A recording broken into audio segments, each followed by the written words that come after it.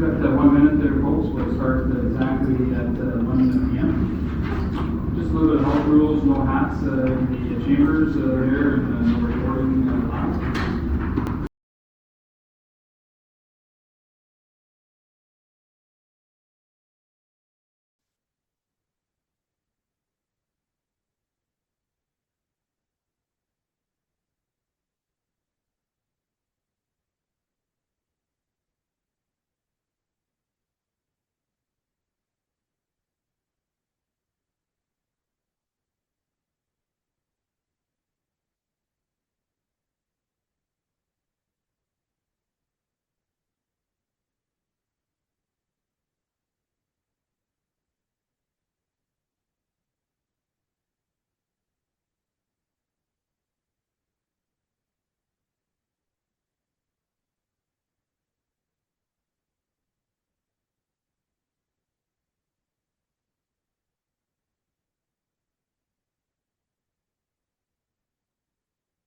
Thank you, Mayor. I think that was me. How's it now? But somehow it pops on and off. Okay. There is a, we're on the approval of the agenda portion. Councillor Kaczynski has a question. Go ahead, Councillor. Yes, can we add to the meeting Vernon Road, the dust problem on that road, if it's possible, just for the discussion as a council? But you're aware that Blaine won't be here for that? We can always we could always discuss it anyways, but Yeah. As part of the agenda here, I don't see any issue with that. Anybody else have an issue with it? If we can leave it to near the end, would that be better then? We'll have a discussion. Yes, I appreciate that. Thank you. Okay, if we can go to add that under 6.5. And all council is supporting that. Okay, any other additions, deletions? I see none. Can I get a show of hands, those for support? That is unanimous, it's carried. Then we'll go to item 4, that's approval of the minutes. Again, mover and a seconder, please. Councillor Kaczynski and Mayor Therrien. With the minutes read on April the 8th, any additions, modifications? I see none. Can I get a show of hands, those in support? That is carried. We'll go to delegations. We're a little bit ahead there. Is Joey Pankiw here? Joey, is there anybody else you're waiting for at all? Okay. I don't think we're going to push the limits if we go 7 minutes early. Is that good? Okay. Well, then we'll start your delegation there, Joey, anytime you're ready.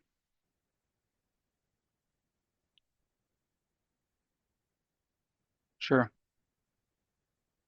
Yeah.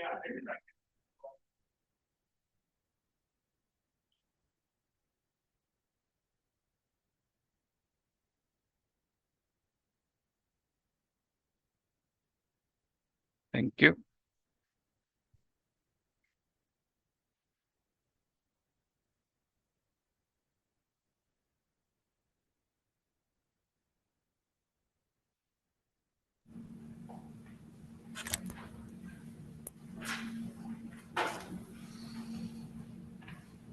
Okay, Mr. Pankiw, you can start any time, and once you start, you got 10 minutes. Yeah. So whenever you're ready. Did have a presentation I sent in. No, I just have to bring it up. Oh, okay. Yeah. Just give me a Yeah.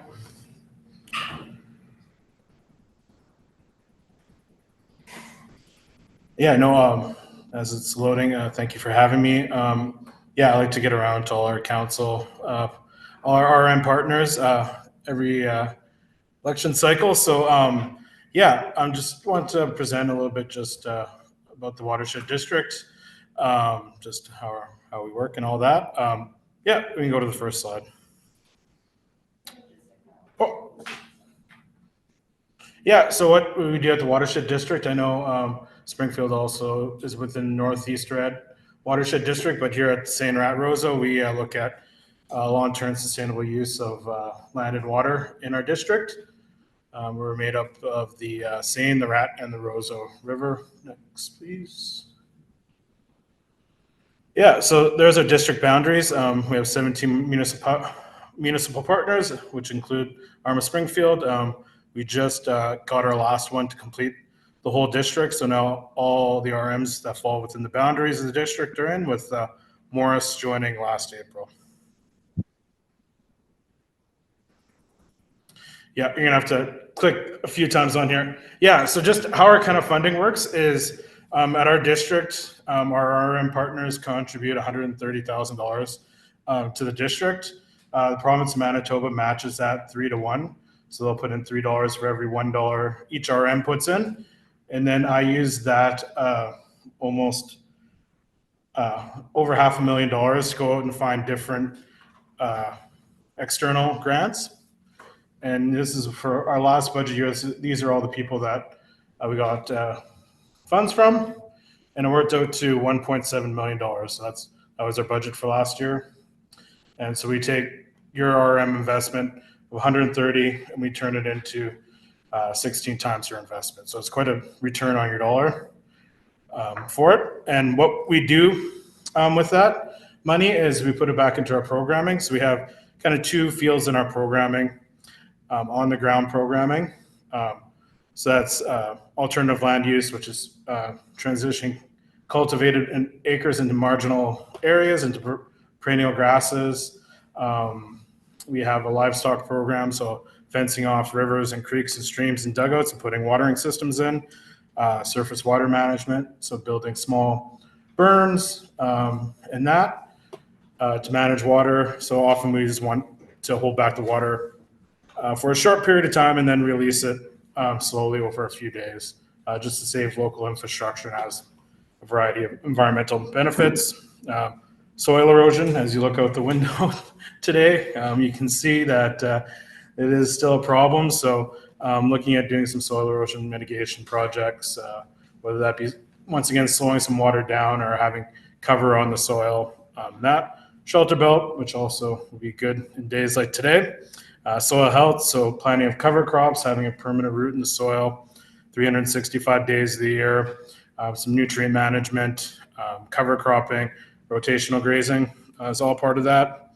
And then our urban kind of programs, rain gardens, so a program to take water in urban areas off roofs and channel it to a certain area of the yard, amend the soil a bit, put plants there that absorb the water, and then that way that water is not being run off into the storm sewer system.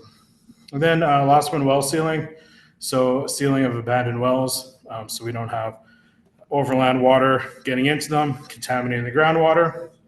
And then remediation of wellheads. So oftentimes we see wellheads below the surface of the ground, bring those up above the ground, so we don't have that overland flooding coming across into the well, and then penetrating down into the aquifer. And then secondary, we also do a lot of educational programming. We manage a environmental site in partnership with the RM of Hanover on the 52 highway just by Kleefeld.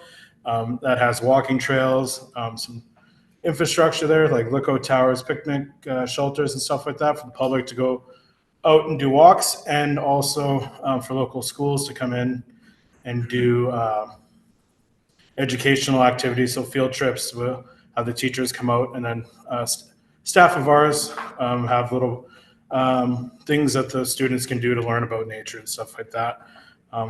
We also, during the wintertime, try to get out to classrooms. I'm part of Ag in the Classroom. So it's an initiative to bring more educational awareness to agriculture and all the things that surround it. We also host every year the East Regional for Manitoba Envirothon, and that is a science competition for high school students. So if you know a high school student is really into science and stuff like that, we just had it 2 weeks ago at our Turon Creek Discovery Center. We had 9 teams from surrounding areas, and yeah, it's a lot of fun. The kids have a blast. They're they made it fun for all the volunteers, and we had about 35 volunteers out helping with us. And then from there, they can go on to a provincial championship, and then if they win the provincial championship, they can go off to the national championship. One of the biggest things that we've recently done educational-wise is try to bring some producer networking knowledge transfer events. So really focus in on building knowledge, especially in our soil health and regenerative ag programs, to get farmers in the same room together, talk about these different environmental projects and ways to farm with nature a little bit. So we run crop tours in the summertime. Every winter we have what we call Regenerative Ag Day. We have experts come in from around Western Canada to do talks with the producers, and yeah, just trying to get a group of people together, working together to kind of spread those ideas about regenerative ag. I know it's not the easiest thing to sell to farmers when they've been doing farming conventionally for so long. So just having those networks where they could bounce ideas off of, and that too. And also, we've trying our best reaching out to RMs, just doing some knowledge transfer. We have a lot of knowledge inside of water management within our whole district. I have a staff member who works with LIDAR. We have the whole district hydro-conditionally modeled, so we know where the water is flowing in that. So helping public works officers, CEOs, staff, just be able to use that information so you can make some informed decisions in that. So yeah, the rest of the slides just kind of go into all of these things in detail, but we can go straight to the end. I think I probably almost at 10 minutes. And just some pictures of all these different activities.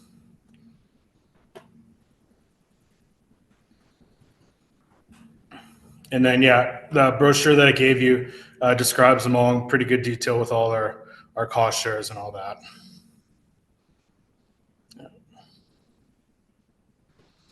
Yeah, and just a couple wrap up things, like other things we do around the district is actually currently today is our tree distribution day. So we do a tree giveaway, usually around March we announce it. And this year we're giving out around 8,000 trees. And then we're also doing May 27th, I think, or not next week, the week after, a well water testing day where there's bottles, there should be some bottles here up at the front counter here. Residents can come in, take the bottle, take a water sample, and we'll come pick them up here and then take them to the lab to test for E. coli and coliform. And we'll also be doing another one day in June like that. So yeah, if you're ever interested in what we do, here's our website's great. It gives a little bit more details on the programs and projects that we've done. Gives us some examples, and then we're on all the social media, Twitter, Facebook, Instagram, just showing off some of the projects and giving some information. So it's a little bit about Seine Rat. I know I do work very closely with Danica at Northeast Red too. So we have a really good relationship, and we're trying to get our programming to match kind of. So if we have residents right on the border, then we'll kind of give similar programming too. So yeah, I don't know if you have any questions. Questions, Council? Councilor Miller? Thank you, Mayor. Just testing the mic. Is it? Yes. I asked, do I you see something pop up? Test. Okay. Thank you, Mayor. And thank you very much for your presentation. I thought it was really well done. I have a couple of questions, but actually some comments. I'm really excited about your tree giveaway. I know the Northeast Red just did that actually yesterday. Yeah. And the uptake from residents is strong. I know that people were really excited about it. When I circulated that information to residents, there were so many people that were on board for that. So Yeah. I believe you'll have a strong participation as well. Yeah, we sold out with, they were all gone within 3 or 4 days. So I know I just talked to Danica this morning. I was going to stop in. I said, don't stop in. It's been nuts here the past day and a half. So yeah, no, it's good. That's fantastic. The other thing I'm really excited about, which I get requests as a counselor often, is well water testing. So I think that would also be an integral and very important thing for residents to Yeah. do. Yeah, and we realize especially for this RM, most of the people who are probably going to come grab the bottles are going to be outside of our district, but still, as we're going to the lab anyways, and you do have residents here, so it's a service we're willing to offer too. So Yeah, I think that's fantastic. Is there any cost to residents? it's the cost of just the lab, the sample itself to the lab. So it's $17.96, I do believe, and that is there's a provincial subsidy on that, so it's usually about $25, but the province pays a portion of it. So what they do is bring the bottle with a check or cash, and then we bring it to the lab for them. So it's just a convenience thing. I know a lot of people to take the sample, then go all the way to Winnipeg to drop it off is sometimes a hassle. So if we can do it all in one group, then.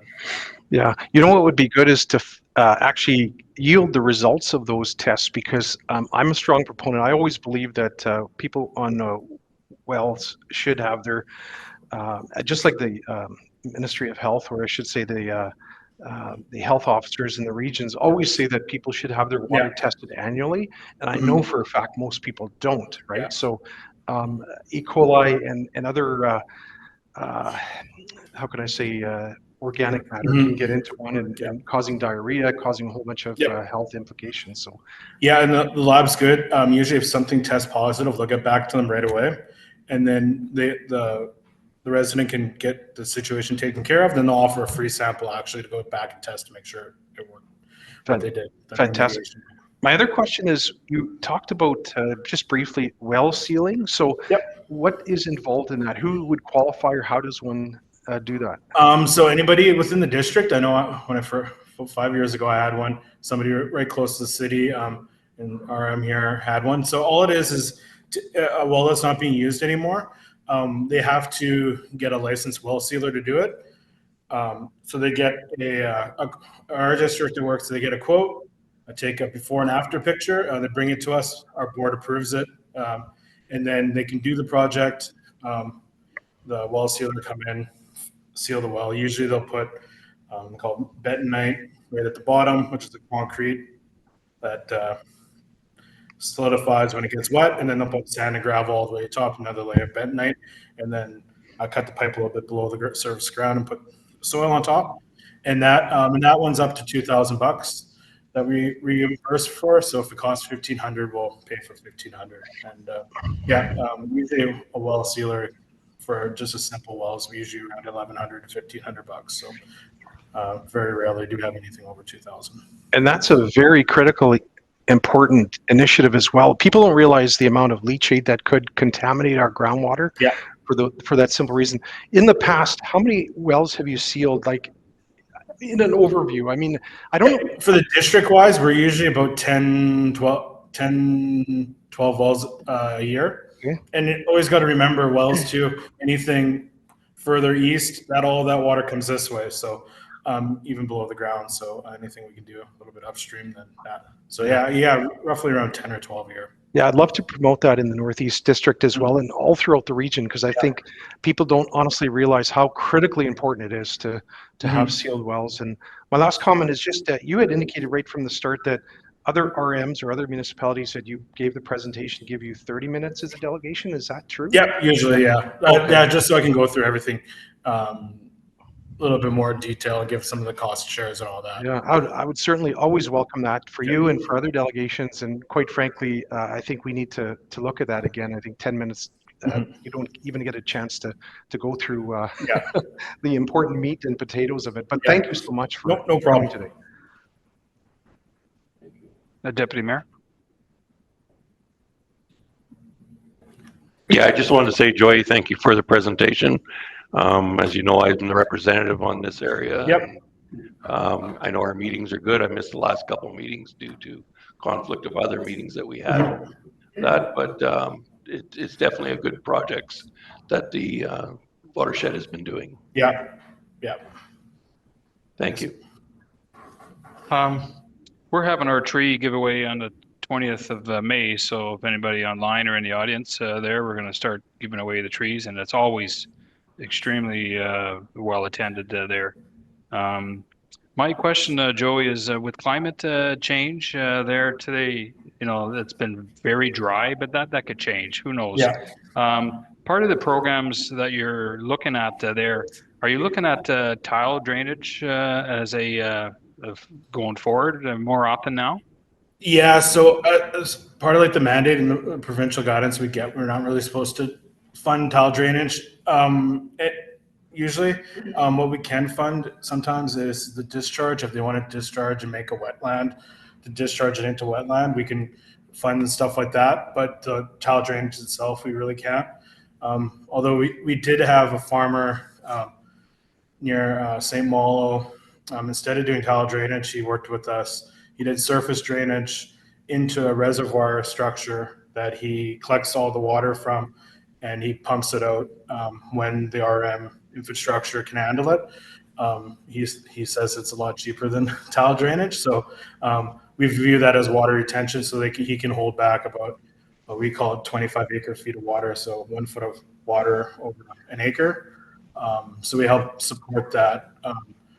Support him in doing that instead of doing tile drainage. For us, we feel like it's a little bit more environmentally friendly, and you can have all that water coming, sitting, settling before it gets pumped out. So all the sediments drop out, nutrients drop out in the reservoir, and then in the future, if it's a dry year like this, where he might take that water and pump it back onto the land, recycle those nutrients and that. So kind of a project going a different way than tile drainage. Thank you. What about shelter belts? I find there doesn't seem to be as much shelter belts now. I think farmers in general are trying to get as much utilization out of the lands. Everything's so much more expensive. But is there going to reach that threshold someday, or is that just like back in the dirty 30s? Yeah, so what we're seeing is actually we went to go visit a future project site last week, and we were driving past, and we saw more being ripped out than what we were putting in. Yeah, it's very difficult because today's large equipment size. Often, if you have a shelter belt in the middle of the field, you're making another pass, and that's extra inputs and stuff like that. But I can see days if we get drier and drier, and we have soil erosion like we are today, that will have more interest. We've been quite surprised. We've only had the shelter belt program for 3 years now, and we're slowly building, and we're getting fully allocated all our funding this year. So we plant about 5-10 kilometers every year. So I can see maybe working with the shelter belt in a different way now that we have this large equipment. But yeah, it's a tough sell at some point because we often see more being taken out than being put back in. Okay. Last but not least, we have an old lagoon rehabilitation project that we're trying to get floated, pardon the pun there. Are you aware of that at all? No. So which area? It's the old lagoon is where the maintenance yard is here on Oakwood Road, just about 150 meters, maybe 200 meters further to the east. There's our old lagoon area. It's about 39 acres. Well, we actually own probably 50 now. We just bought the rest of the corner there. So that's a plan that we're trying to get funding for. Have you talked to the city of Gimli? I know they did something. They decommissioned their old lagoons and they turned it kind of like a wetland nature kind of area. That's what we want. Yeah. I know it's something I'm thinking about. Like we haven't done it yet in our district. As with the new Rat River wastewater plant, we're going to have a whole bunch of lagoons that are going to be decommissioned and looking at ways to use them. But right now we haven't taken a hard look at what exactly to do. The only thing, like I've heard from folks at Eastern Lake and Gimli that we commissioned their old lagoon as a wetland kind of interpretive with trails around it and that. So, which is what we're looking at as well. It's a whole large area. We want to make that not just another 5 acre small use land industrial there. Be something that's a legacy where we're going to have it's old Kamek Marsch is what I would envision it at. Maybe if we could send you the old lagoon project just for you to be. I would check in with Danica on that one. She'll be that's in her district, so she'll be the one who's able to get the funding for that. Okay, it's not so much the funding. I just want to get the word out there that the RM of Springfield is always looking for something towards that we're looking to build this Yeah. old lagoon area. I know a good grant organizations look if you're gonna have trails around it. Trails Manitoba, they're pretty good to find some funding for the trail part, especially. Okay, I thank you And very much. also, one other place I would look for is the Conservation Trust. I think they do have some wetland funding for organizations. That would be another one. That's through Manitoba Habitat Conservancy. Okay, well, maybe we'll do it through Danica there, and she can contact everybody else. Okay, well, thank you very much there, Joey. Any questions? Any other questions from council?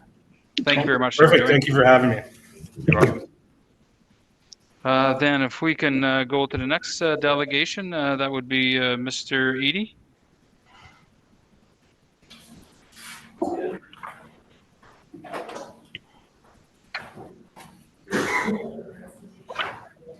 No, not really. Yeah. No, I think you're okay without it. Yeah.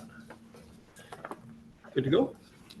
Just like to thank you, councilors, for opening us up for this discussion. What we're trying to do is rezone 80 acres of farmland to industrial for the potential construction of a data center right next to the Riel substation. And I'm not really the expert on it, so I've got one here. I know there's a lot of questions of what a data center does and how it evolves. So I'm going to let Paul take over. We're kind of short of time, I know. So. Hi, I'll take the presentation there. Yep. Excuse me, Paul Marsch is my name. I'm from Steinbach. I'm a real estate agent, developer by trade. I'm part owner of the company looking to do the project. We're working with his team on the rezone here now. So just want to shed a little bit of light. For starters, we can talk about what a data center is. You can scroll to the next slide. The official definition, a data center is a secure facility that centralizes and organizes IT operations, including servers, networking equipment, and data storage systems.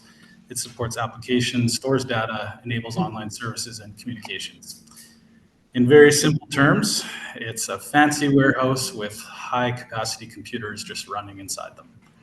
So you bring in lots of power, transform it down, and you just have data halls that host, like I said, really high capacity computers for the use of anything digital in our age. So that's anything in regards to cloud storage, digital online footprints, customer portals, and in the new world here, as we're drifting towards the AI generation, that'll become more and more prevalent in business, and that's essentially what these centers are for. They anything you touch digitally online, that is backed up by a computer somewhere in a warehouse. That's what we're looking to do. And you can scroll just a couple simple pictures of some guys working and just kind of what the data halls look like. So who uses data centers? Touched on this a little bit, but it's virtually in almost every sector now. So from tech companies, enterprise corps, government agencies, financial institutions. You can go next there. Telecommunication companies, educational, media, entertainment, cloud service providers. So a big one, like the big players in something like this would be your Amazon, your Facebook, your Google, anyone with a really, really robust online customer footprint. Go next. So the location we have here, you can go next slide. Yeah, sorry. So I can show, as Wayne alluded, we're within a close vicinity of the Riel substation. That specific location was very intentional. It actually was directed to us right from Hydro themselves. So we've been working with them for over a year on kind of getting into this industry in Manitoba, and they kind of hand selected, a very small area close to the Riel substation specifically for us. As you can imagine, running large amounts of power, you want it to be as efficient as possible. They also were the ones to tell us which of their substations could handle a larger load. Yeah, we kind of landed on this area, like I said, very intentionally. And it's kind of the only spot that's going to work for the project. We feel like it fits in actually quite nicely. I know it's outside of the we do need a rezone for this. However, the actual location it fits in quite nicely there. Right to the west of it is the hydro supply yard. So we're kind of just going to piggyback right off that little corner there. Hydro owns everything to the south. And yeah, it even though it does require a rezone, it's a nice section to do this.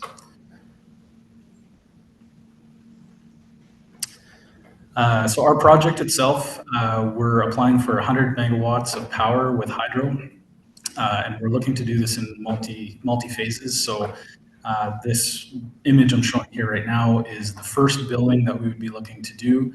This is a smaller building that we're just going to use to kind of get started while we wait for our larger application with hydro. So this would be about a 10,000 square foot building. It's 2.5 megawatts, and hydro has already given us the approval on this power. So this specific building on that site would we could be kind of shovel ready within the next 12 months. The larger application, we have quite a bit of time to work with them. Obviously, it's a lot more red tape involved with something like that. It's got to go through the province and a little bit more there to approve. You go next.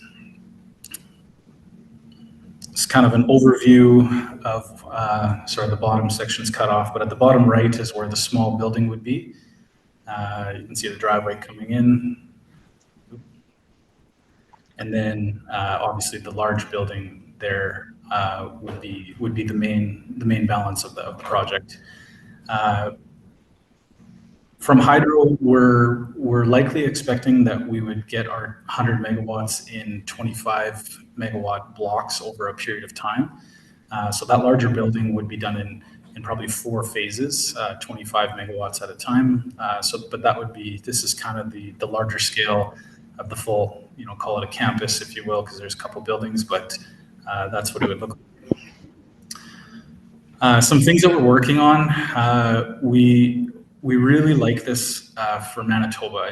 There isn't a whole lot of this industry available right now. There's a couple in Winnipeg. Some of them are privately owned, and some of them are what they call co-location. So co-location is what we would be doing, where we're going to own and operate a building, and we're essentially selling that rack space to companies that need it. So again, on the larger building, we certainly will approach the big players like WestJet and Amazon and Google for a Manitoba footprint. And so that's kind of how we would set it up. One of our lofty goals that we really want to work towards, it being in Manitoba, we already have a lot more efficiency than a lot of these places in the US that are running them off, strictly gas generation, in some cases coal generation or wind generation. With our hydro generation, industry-wise, that's considered a really, really green product. So we really like that. And then there are some models. There's one model in Canada that has done this, where they are going to try to have an indoor greenhouse neighboring the property and really recycle all of that heat, heating up to a 50-acre greenhouse. So we're going to work towards that. Obviously, we need another partner to do that, so it's a little bit out of our control. But doing something like that would put our building, on the map. We would be very renowned in the industry for that. So when you're talking about, outside investors or users of the data center themselves, all these companies really like to see that. They like to see green energy, recycled energy. It all really helps. So it'll be a focus of ours. From there, I guess just to circle back to one other point about the location, above the hydro kind of use, we also you need really good connectivity to internet. Part of supplying, let's say a contract with WestJet is instantaneous customer experiences, right? They can't have a lag, they can't have any downtime. So us being close to one of the main fiber networks in Canada, which runs along the #1 highway, is also of key interest to us. That's another kind of reason why we selected this exact location. I'll open it up to any questions. I probably have some answers. You guys probably have some questions. I do, but Councillor Miller, you had a. See, I anticipated you were going to put your hand up there, so I never saw it. But I just saw Councillor Miller. Thank you. Is it working? Yeah, first off, thank you for your presentation. I want to be encouraging to you, and I want to be the first one to welcome you to our community. A few years ago, I had the opportunity, and I'll be very short with this, but I had the chance to go to San Jose or Silicon Valley, and it's extraordinary what Facebook and now Meta, of course, and so many others have done. And boy, if we could have that hub, we would be a thriving community. The jobs, the opportunity, it's just incredible. It's beyond belief, actually. Nowhere in Manitoba, and I don't even think in Canada do we have, other than in Ottawa, or as you know, part of Northwest Ottawa, they have a bit of a center. But I guess my question is, as the environmentalist, my only concern is, and that you've justified why you need to be by sources of power and towers and things like that, would you be amenable to what we call internationally ag offsets? So in other words, if you were to secure this property, I personally, I can't speak for the rest of council, but I would want that soil to be absolutely captured and used elsewhere. In other words, you'd scrape off 3-4 inches. I don't know the profile of that, but where we would reuse that. And also in terms of, because it's, I believe, if we talk to our people in planning, it's agriculture preserve at this particular point. I've always been an advocate to withhold or to preserve what we designate as agriculture preserve. Now, you could bend my arm a little bit because I see the potential and the opportunity in your very specific proposal here. And so I'm more lenient than if it was just another enterprise that we have 15 of already.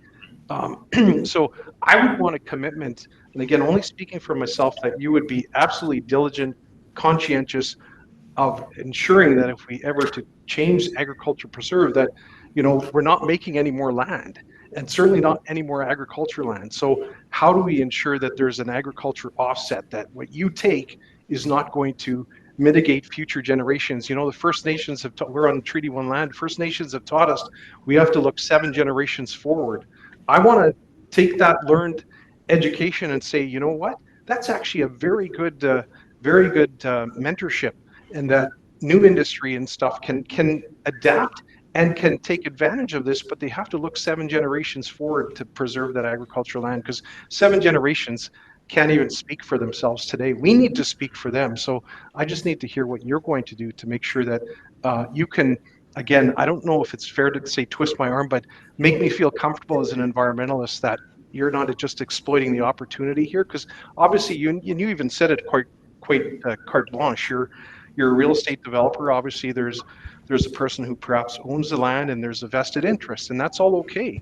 But we can't exploit agriculture preserved land unless there's mitigating reasons to do that. So Yeah, no, that's all. Can I answer that quickly? I absolutely. Actually, we'll let him answer, then if we'll give you some time, sure. Yeah, as far as preserving and reusing the topsoil, Wayne and I and Jason have talked about that. That part of it will be no problem. To the specifics of where that topsoil is going, I think that's an evolving conversation. But to be diligent in making sure we're preserving and reusing it, no problem. Like, would guarantee we'll do that. I don't know, Wayne, if you have to expand upon that. Is there anything more juicier than what Paul said there? No, not much more. Just, I was going to say, you know, Paul first came to me with this venture, as you say. What caught my eye more than just building the data center was the spin-off. This is going to generate a lot of heat that can be used in other ventures. And, you know, they asked me, well, you know, if we buy this little corner, what's the next step? Well, they says, well, you really just need to talk nice to the guy beside you, which is me, because I own all the land around that. And Hydro's kind of cleared out a lot of the other home sites, I guess you say, when they built the substation. So they've, you know, you couldn't find a better spot on everything. Electric power, water is great. I know it because we just drilled a new well. You know, natural gas is there. You're so close to the city of Winnipeg for employment or Oak Bank or whatever. And this is a nice kind of job that's coming in. You know, this is not low salary labor. It's some high tech stuff. So you answered most of my questions there, Wayne. But one thing I want to is the security, because Hydro has good security around there. Of course, they have to. I don't see in your diagram there will be a security around there, fence and so on like that. And, yes. Sorry. Okay. Now the small building on the map there, that is the first one that was shown there, right? Okay. So I presume that, but I just want to ensure that. So phase 2 is the larger building that would come in there? Yeah, and that'll be done in phases most likely, but the the overhead view I showed was just the full scope of the total project at the end of it. Phase 1 would be the first building in the corner, and then as we get 25 megawatt blocks from Hydro, we'd build a quarter of the big building, and then another quarter, another quarter, another quarter. So we would design it in such a fashion that it all comes together nicely at the end. But so what those phases and what the increments are would be determined by Hydro, and if they give us 25 megawatts every year or every other year, that's kind of up to them. Okay. Sorry, Glenn. Yeah, it's all right. Being kind of long-winded here. Sorry, if I can just speak to the security question quick. Yeah, there will be a security fence around both buildings and the entire property. So these data centers are rated in tiers, and that's based on your redundancy. So when if you have backup generation or not, and then it's also based on your security. So we plan to build what's called a tier 3 data center, which will have it'll have security, fences, entries, everything like that, and monitored and like heavily monitored remotely. And then physically, we would have a security staff that would be there. I don't know if it's a 24/7 thing, but don't quote me on it. When you get to tier 4 security, that's when you would enter into like military contracts, government contracts. So it's a bit of a different animal. Now you got armored cars and bulletproof windows and stuff like that. No, that's not something we want to see, but thanks very much for that, Paul. Is that land big enough for what you need? Have you got room to expand there? Because it looks like a pretty small box. But if Wayne's got that land, so I would think you have some room to expand. Yeah, honestly, the size is a bit of a moving target. And the only reason I say that is because the technology is changing so quickly that the computers are getting smaller and smaller, and they're getting capable of more and more at the same time, right? So size-wise, even 4 years ago versus today, the building has basically cut in half based on the density of those computers. So what we've designed here right now is suitable for that 20 acres and expansion with a greenhouse project nearby if it works, but it won't be on our land, it would be on the neighboring land. Okay. And now in the one picture there, it showed all these white boxes in a row all the way down there. Yep. Are those vents? So on the top of the building, those are the chillers. So they just industrial air conditioning units, essentially, right? Running cooling systems into the building. These will likely all be water-cooled units. So you're essentially chilling water lines that then run through the computers and the cabinets and then exhaust out. And then on the sides of the building, there's a bunch of little boxes as well, and those would be generators. So they're hopefully you don't ever have to use them, but they're essentially for backup. So if you have 100 megawatts of power, you have to guarantee a certain amount of uptime for all your clients. You have to have backup generation. If Hydro has an 8-hour outage, you have to be able to keep it going. You can't have any downtime. Okay. Now, what about flooding? I don't know if that's a flood-prone area, but obviously that's going to be part of the developmental plan for the flooding. And I imagine you're obviously not going to build a building and find out later that it's submerged there. So, yeah. Let me read. I'm a big believer in having IT research in the RM here. And so I'm a big opponent for this. As long as it's good for the RM, that's the number one thing that I'd like to see. And so I'm pretty pumped about this, just because if we build the one, then others might follow there, as long as it's done correctly and according to our vision plan and our so on down the line. It give me the greenhouse part was excellent. I thought that was because I know those things have a lot of take the air conditioning and so on like that. You can almost hang meat into the things. I've been in smaller police ones there where they have all the data and so on. But this is huge compared to that. That said, does that have to require more established and make sure it's all established before you start thinking about the greenhouse? Yeah, to a degree. We have another site that we're looking at for a really small one in a different RM that we're hoping to partner with a greenhouse to be a bit of a test pilot and try it out on a small scale. But yeah, certainly having the building there first and operational really would help us pitch it to a company to say, hey, come invest, $10 million. We're here already, right? You can come do this tomorrow with free heat versus getting someone too excited and the project hasn't lifted off yet. So. Okay, well, wherever that test site is, the RM of Springfield might be better suited to have it close to this plant here. So I thank you very much there. I think that's all my questions. I think Deputy Mayor had a question. Yeah, I do. One question I have is, once you're on your full build, how many staff will you have who are operating out of this by chance? So the industry standard for a 10 megawatt site is about 10 to 20 people. Ours is going to be 100. So I probably wouldn't estimate it's a perfect 10x, like 1-to-1 ratio. Just, a larger building, you can overlap a little bit, but it could be between 100 and 150 people. Like Wayne alluded, these are very specialized jobs. They're technicians operating this stuff, so it'll bring in well-paying jobs. And certainly, right now, I would say we probably will have to outsource and look to have people up and coming and training properly. MIT in Winnipeg runs a bit of a program on it, but we will have to kind of meet a demand for sure. Thank you. Yeah. That's all I have. Councillor Kaczynski? What kind of acreage you looking for this whole operation?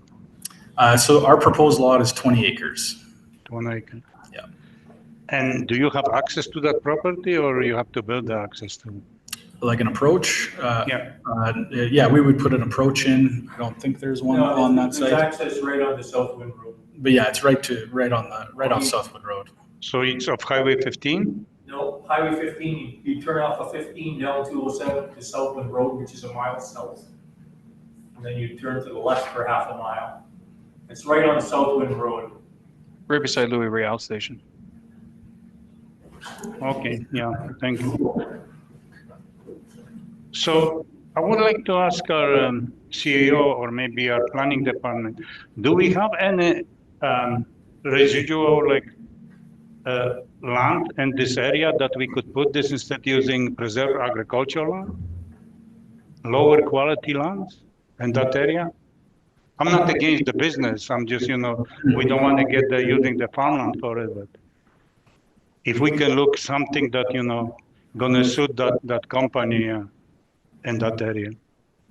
Yeah, I think this is an opportunity that came up for the owner of the land, so it's not something the RM is going to be going out and looking for different land for them to build on. So, well, not looking for it, just suggested to the owners of the company that there are other avenues that we can pursue. Yeah, I think just helping them out. We want to retain this company here in our municipality. So.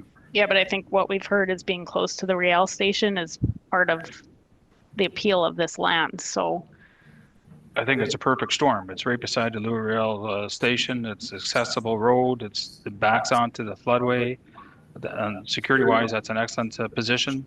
It's 20 acres. I think we can live without 20 acres. It's utilized for potentially good employment in the RM. It's utilized for putting the RM on the map as an IT center as well, where we got large industrial areas. So I think this is a slam dunk, but go ahead, Council. Yeah, sorry, and sorry for interrupting me too, by the way. I was speaking and so you're gonna run this operation 24 hours? Yeah, so you actually, with a tier 3 center, you need to guarantee your clients a 99.7% uptime. So their computers in your warehouse need to be running for 99.7% of the year. So you're allowed for one flick of the switch basically, and that's it. Mm-hmm. And that noise pollution won't be there? Is everything going to be contained within a building? Yeah, the bulk of the noise comes from the servers themselves.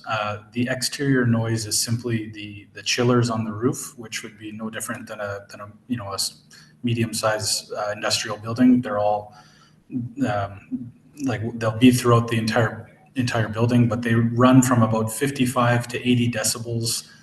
Those chillers, and then obviously that diminishes as you get 200, 400 meters away. It drowns out pretty lightly. The only thing that would be of higher noise pollution is if the generators ever do have to kick on within an emergency. Those can run up to about 95 decibels, but again, that'd be hopefully few and far between. That's just in the case of a bad power outage or a disaster or something like that. Okay, thank you very much. Councilor Miller?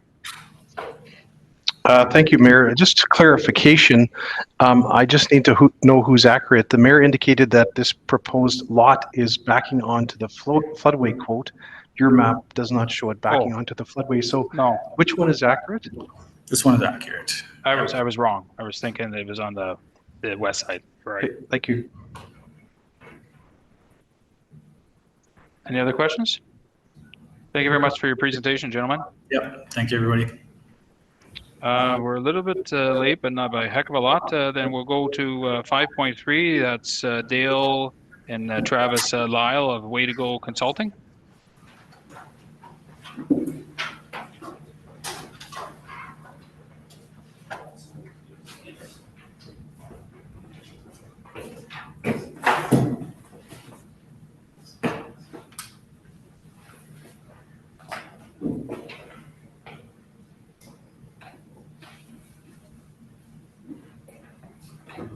So not too sure how this works. Are you able to pull up the executive summary just like on the screen, or can I just kind of throw my laptop down, or how does that work? Didn't realize you were on yet. Probably easiest, and then everybody can just kind of follow along.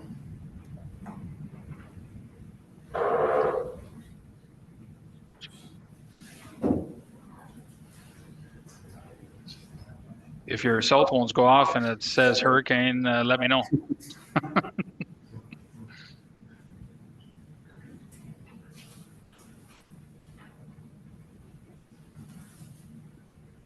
Awesome, thank you. So I'm Travis Lyle, this is Dale, we're both from Way to Go Consulting. So we were brought on to do a rate study. Oh, sorry, is that better? We were brought on to do a rate study for the Springfield utility. Prior to that, kind of late 2023, early 2024, we had done some work on capital funding options for that, the Dugald Oak Bank water system project, looking at how kind of different scenarios would impact your utility rates.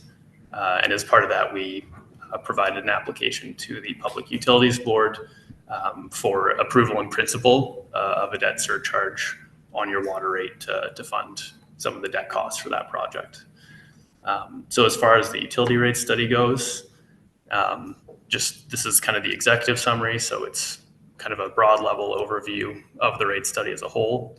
That's what we're going to be focusing in on today. So if you have any questions on any of the terms, there will be some kind of accounting terms getting thrown around, lots of numbers as well. So I apologize in advance for that. But yeah, feel free to just ask any questions you might have. So a little bit of background before we get started.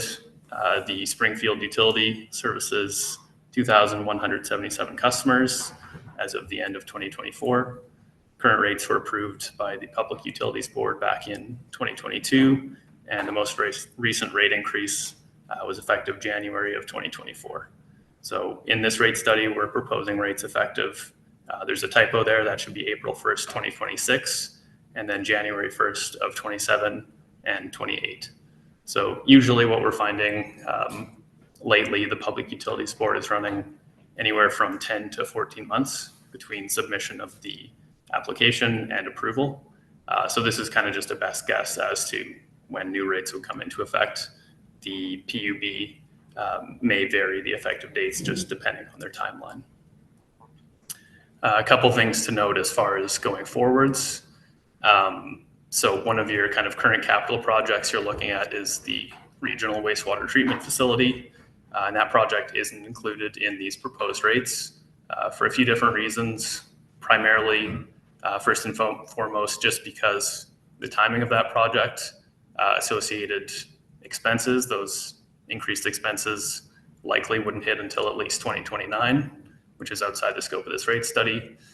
And as well, the funding isn't really solidified at this point. So we found in the past, just depending how, a project is funded, if you receive, maybe 50% grant from Manitoba Water Services Board, the rest is funded on debt, that project can actually have a positive impact on your rates. So rates would actually be kind of artificially lower, and I'll explain why in a little bit. But basically, your rates are lower than they might be. The project doesn't happen, the funding changes, and then your rates aren't really adequate. So we haven't included that project. That would be something to look at the time of the next rate study you do. And then one other item to note, so there's been some changes in accounting standards. Something called asset retirement obligations are coming into effect. This is basically just kind of annual current expenses for a future remediation cost for, if there's a lagoon you're maybe going to discontinue use, or if you have some concrete with asbestos, that sort of thing. So just because these expenses haven't shown up in your audited statements, they're not in the rates.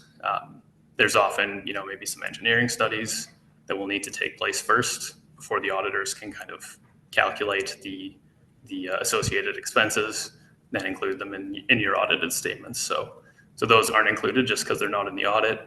If they do materialize in the next few years, it might be worth taking another kind of brief look at rates just to see what the impact is. They might need to increase a little bit. You might be okay. It just kind of depends. So that's just a couple things to bear in mind. So as far as the actual reason for the changes in proposed rates, rate studies are pretty complex operation. There's a lot of different moving parts. So one of the ways we found kind of easiest, if you'll call it that, to clarify where the actual increases are coming from is just by comparing your billing revenues. So in this case, we're looking at 2028 compared to 2023. So your billing revenues are set by your rates in order to, first and foremost, break even, so cover all of your expenses for the utility. On top of that, the Public Utilities Board has what they call a contingency allowance. So this is basically for, a rainy day if there's unexpected breaks and that sort of thing. And that's equal to 10% of your operating expenses. And then on top of that, if there's an annual transfer to your utility reserves, you also need enough billing revenues to cover that as well. So we're forecasting in 2028, the utility would need to generate about $1.6 million to meet those three targets. And as of 2023, the last audit, the utility generated about $1.25 million. So total increase of about $360,000 is required that we're forecasting by 2028. So then in that next section, we just break down kind of the actual component pieces of that total increase. Just kind of working down, about 20% of the increase is due to increases in your general expenses. These are recovered on your customer service charge, whether you're a water or wastewater customer. And that's basically, your general expenses are basically the allocation of administration costs from the general fund to the utility for council, staff time, office expenses that are spent on utility matters. So that's kind of a smaller piece of the overall increase. The next 4 items this is kind of the largest overall piece that's driving up your rates. And this is the Dugald Oakbank water system. So that's kind of the net overall impact of that project. Water amortization expense is by far and away the largest piece of that.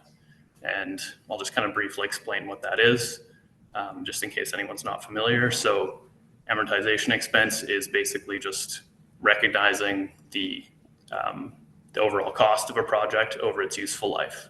So the example I always use is if you buy an emergency backup generator, it's $100,000, you expect it to last for 10 years.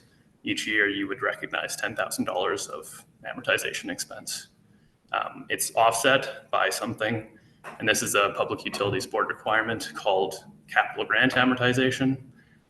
So that's basically the same concept, but you're just recognizing any grants you receive over the useful life. So if you get a $50,000, like a 50% grant from MWSB, each year you would recognize $5,000 of grant revenue.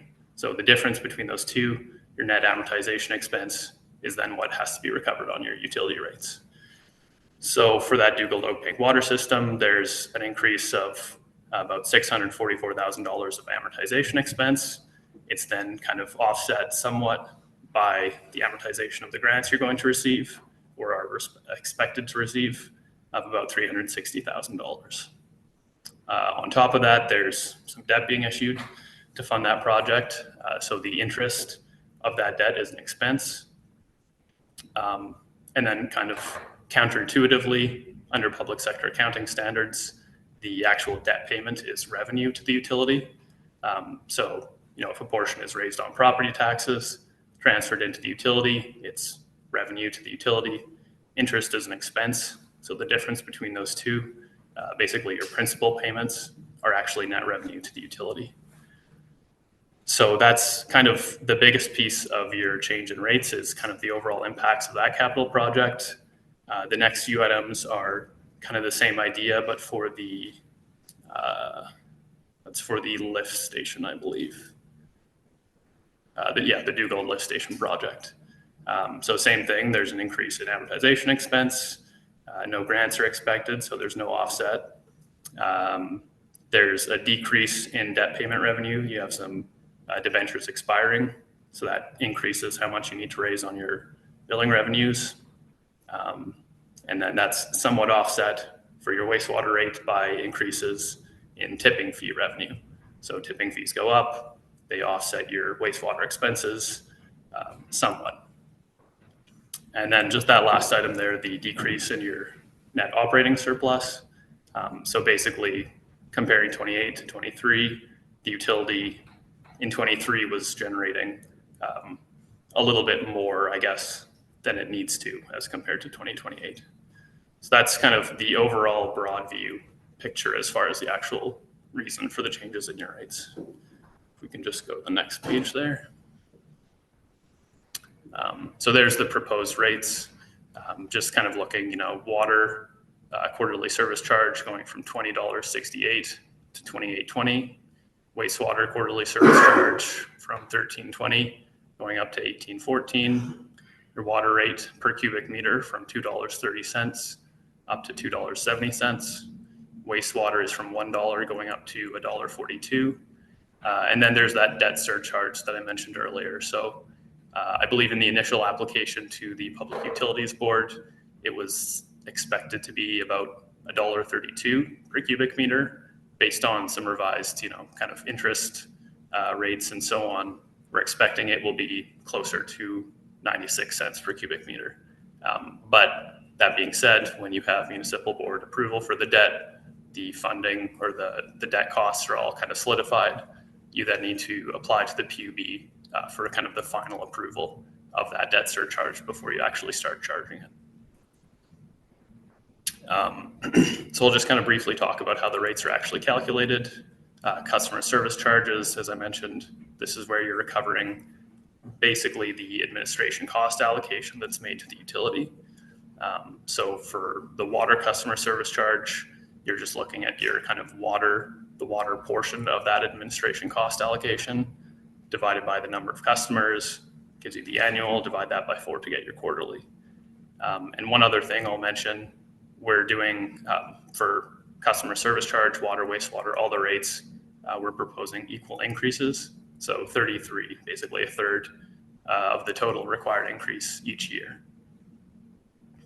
Wastewater customer service charge, same thing. It's just the wastewater portion of those administration costs divided by the number of customers, gives you the annual, divide by 4 to get the quarterly.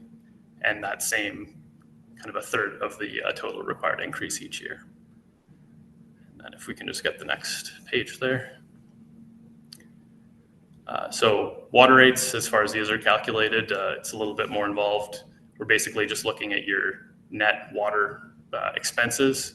So, costs to purify, transmission of that water, staff costs like salaries at the plant, amortization of any water capital assets, less any kind of secondary revenue streams. So if you sell bulk water, if there's some hydrant rental revenue, that would offset this somewhat. So those net costs, in addition to that, there's a 10% contingency allowance. Sorry, if you could just scroll up just a little bit. Thanks. There's, as I mentioned earlier, there's an annual transfer to utility reserve. So that's also, a portion of that is also included in your water rate. And the intent of that annual transfer is to build up your working capital surplus, which will allow you to fund future capital projects with less reliance on debentures, basically. So then those costs, they're reduced by revenue, as I mentioned earlier, for debt payments, as well as that capital grant amortization. So that gives us the total we need to recover. Divide that by, we took the average volume sold for 23 and 24, gives us the required water rate of $2.70. So for the bulk water, it's not sold currently, but as part of that Dow's project, a bulk fill station is expected to be constructed. So you need a bulk rate. Public Utilities Board has specific requirements on how that bulk rate is actually calculated. So in any given year, it's set as your water rate. In addition to that, they require, it's basically a customer service charge. So it's a proportional amount of your administration costs. And then any debt for water related projects, a proportion of that is added as well. So in the first year, 2026, assuming it's operational by then, the bulk rate would be $4.15, going up in 27 to $5.38, and then in 2028 to $5.54. Okay, and then, so wastewater, pretty much the same overall idea as your water rate. We're just looking at your net water costs. So in this case, the big offset is your tipping fee revenue. Add to that kind of same thing, the contingency allowance. That's equal to 10% of your operating costs. So it doesn't include amortization or interest expense. So that's why it doesn't exactly match up with the number above. The remainder of that transfer to your reserve is included in there as well. And then we're offsetting by revenue for debt payments, capital grant amortization. And for your wastewater rate, we're just using your metered water volume sold for 23 and 24. And then we're adding an assumed volume for your unmetered customers who are based on residential equivalency units. So that gives us our proposed rate going from $1 to $1.42. And then I'll let you talk about working capital. So as part of the Public Utilities Board rate setting guidelines, and so the rates have all been calculated in accordance with PUB requirements. In addition, PUB has a working capital calculation that basically determines, in effect, the net cash that the utility has available for deficits and for to fund capital and just operations of the utility. So that calculation takes the fund surplus, and there's one line missing in that table. It takes the fund surplus that you see there in 2023, for example, is $25.5 million. And then it deducts the tangible capital assets. So that line, the totals in that table are correct, but the TCA, tangible capital assets, is missing. In 23 was 26.9 million. So there is one line. We'll send a corrected summary with that. So for 23, you'll see working capital surplus. In effect, the cash the utility has is 8.167 million. And that calculation takes the fund surplus less the capital plus debt, because when you issue debt, you get cash in, and it adds the utility reserve. So that's kind of the total that the utility reserve and utility operating in total have that's available. It drops in 2025. You'll notice it's a negative number, 1.1 million.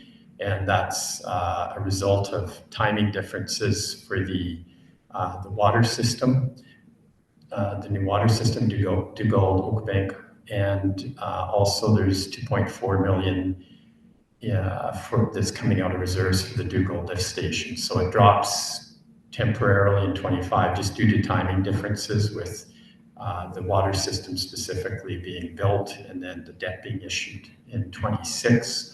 You'll see 8.9 million. The debt jumps dramatically in 26, and in 28, at the end of kind of the REIT study, it's sitting at 7.4 million, and going up by 1.1 million, 1,146,000 a year. So for the size of the utility, the working capital is sufficient at this point. They're taking, however, there still is the issue of the wastewater capital project that isn't included in this, and that will have to be funded maybe partially by reserves, but certainly there isn't sufficient funding for that out of the reserves. The major capital projects that are included in the rate study, the Dugald Oakbank water system, of course, being funded by grants, debt, and reserves.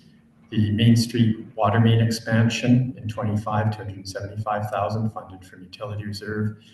2.4 million from the Dugald lift station in 25 funded by utility reserves. And the Enola lift station, 380,000 in 26 funded by reserves. Unaccounted for water. So this is basically takes the treated water that's produced, the water that's sold, and it comes up what's the difference, where what's gone missing through water breaks or meters that aren't reading correctly. It's 6.1%, and the PUB, their guideline is to be under 10%. We have a lot of utilities that we've worked with that are running 20, 30, 40%. So 6.1% is one of the lowest unaccounted for water percentages that we've run across. So that's really good for the utility. Inflation, we've included 3% as an inflation factor for 25 to 28. Right now, with the uncertainty going on with inflation, tariffs, and everything in the world, I don't know if anybody's got a really good guess on that, but right now 3% seems a reasonable factor, so that's what we've included. Cost allocation, the general fund, general operating fund, property taxes in effect are paying for the legislative services, your office building, office staff, council, so that's all being paid by the general fund. So there's an allocation to the utility for the utility through utility rates to pay some portion of overhead costs in effect for so CAO and staff shown there 2% or 3%, pardon me, legislative, which would be kind of everything else happening in this building, including council salaries and so on, 2%. The manager, water and waste, 66%, the utility clerk at 66%, and office rent at 40%. So that's basically what the utility through utility rates is paying to the general fund for overhead costs. Operating surplus, deficit. So the utilities run operating surpluses from 2019 to 2023, and it shows a listing there of those. So there's no deficits that have to be recovered or that require PUB approval. Contingency allowance. The PUB rate setting guidelines requires that 10% of net rate costs less amortization and interest be included in the rate study. And so there's $37,000 for water, $47,000 for wastewater, total of $85,000. And that's included in the rates, and that's basically for unforeseen costs, water and sewer breaks, that sort of thing, or increases in costs. There's an annual utility reserve transfer of $200,000 that's built into the rates to work towards increasing the working capital surplus for capital projects. And so the utility billing impact. So the first kind of two tables there, the first one shows minimum bill, 14 cubic meters, or for those of us that still think in gallons, 3,080 gallons. So that's the minimum bill, and the quarterly increase goes from the current $66.88 per quarterly billing goes to $73.17, an increase of $6.29 in 26, $6.29 increase again in 27, and $6.42 in 28. The next table in with the green, that includes the debt surcharge. So you'll see the first in 26, the quarterly billing goes from $66.88 to $86.61, an increase of $19.73. And that difference between the first table and second table, $6.29 to $19.73, that difference is the actual debt surcharge coming on in 26. And then the same increases for 27, 28. An average bill, 42 cubic meters, which is about 9,200 gallons per quarter. Increases $13.85 in 26 and 27, and $14.26 in 28. And with the debt surcharge, there's a jump in 26 of $54.17 with the debt surcharge coming on, and then $13.85 and $14.26 in 27, 28 again. Residential equivalency unit, or REU. So for wastewater customers that are wastewater only, there's no water meter. So that's based on a residential equivalency unit. We've used a figure of 51.2 cubic meters quarterly as the REU amount. And we see the bill going from the current amount of $75.70, it drops slightly to $73.22, and then goes up by $8.82 and $8.81 in 27 and 28. And that's just a function of 51 cubic meters based on the wastewater rate, what it is. So there's just a slight drop in 26, and then small increases in 27, 28. Just about done.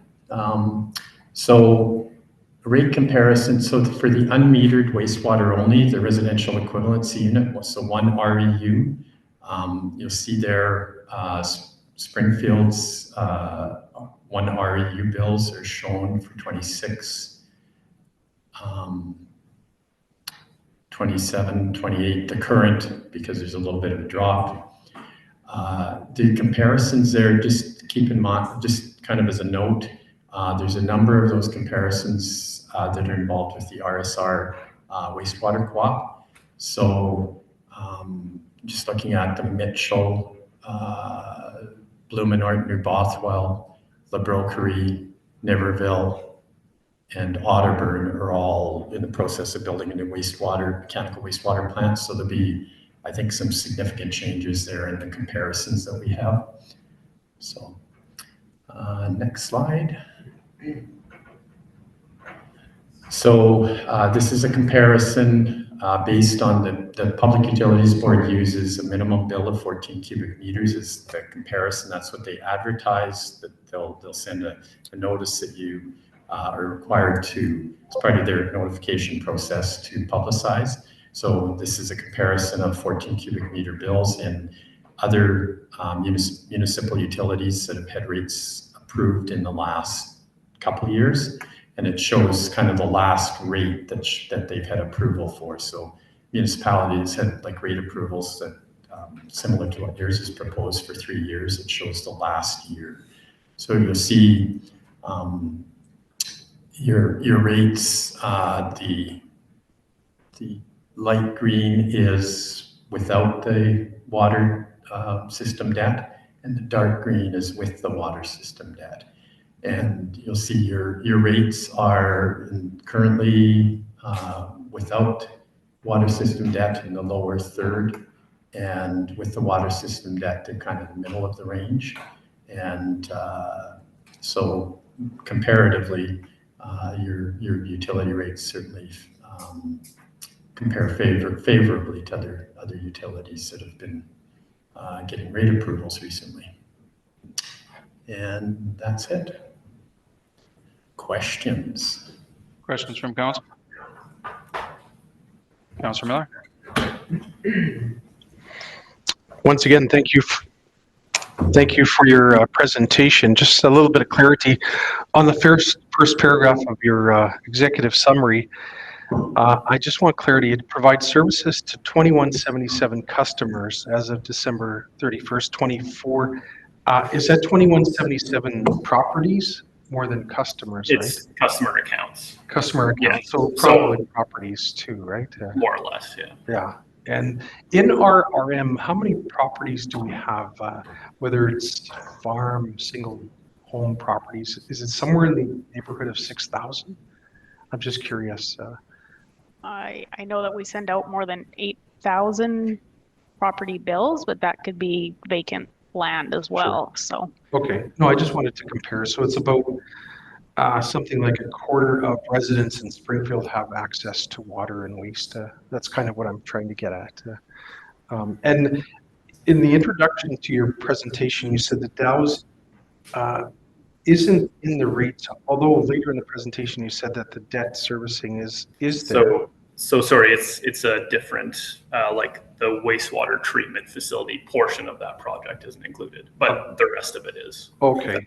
No, that's helpful. So obviously there's going to be a significant increase for those who are on the system. So specifically the people the 2177 residences or residents that have this will be affected more so than somebody like myself who is not connected to any wastewater or water system. In other words, I'm not going to see these surcharges. And the reality is, in Ward 3, there will be no one that I'm aware of that will have water or wastewater. So I just want to say to them that this application and so forth, these numbers wouldn't affect them. Is that truthful? The surcharge is on your consumption. So if you're not connected to the system, you wouldn't be getting the surcharge. You wouldn't be getting a utility bill. A portion of the DAOs project is on property taxes. I'm not sure kind of the specifics of that, if it's a local improvement on kind of certain properties within in an area. Yeah, I couldn't exactly speak to that. But. Okay, thank you. No, that's helpful. Thank you. Any other questions from council? Councillor Kaczynski? Thank you.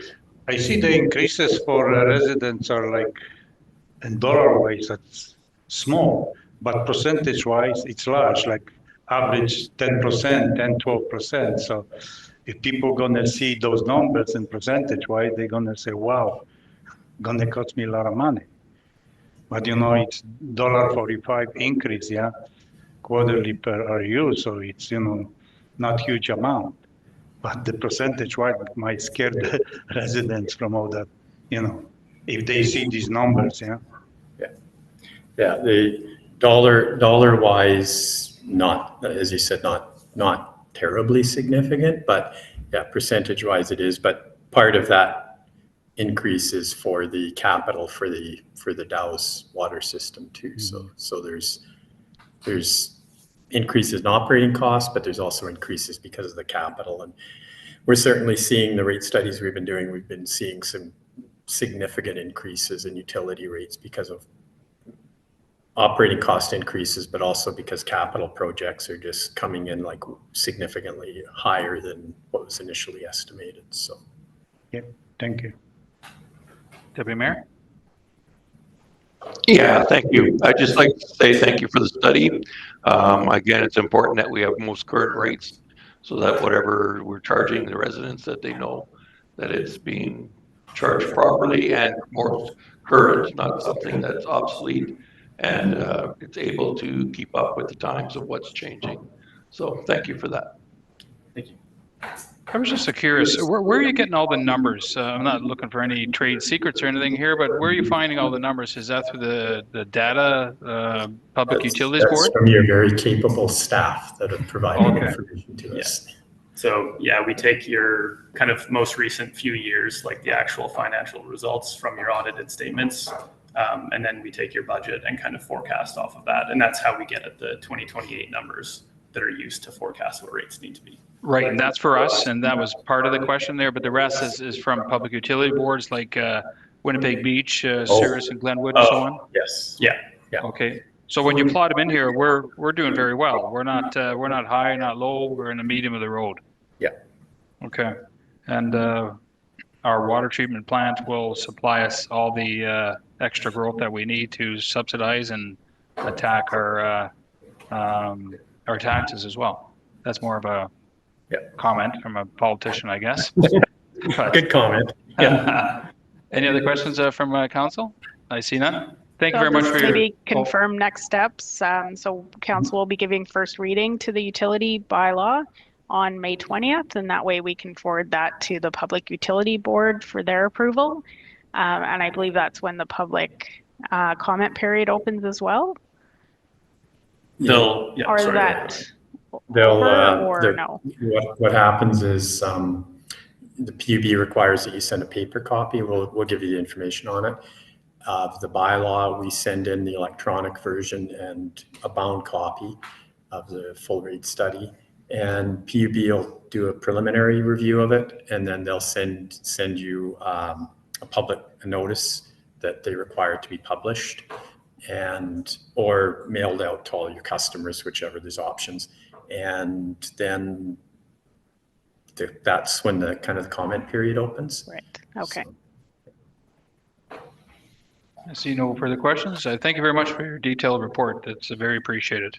Thank you. Thank you. Thank you.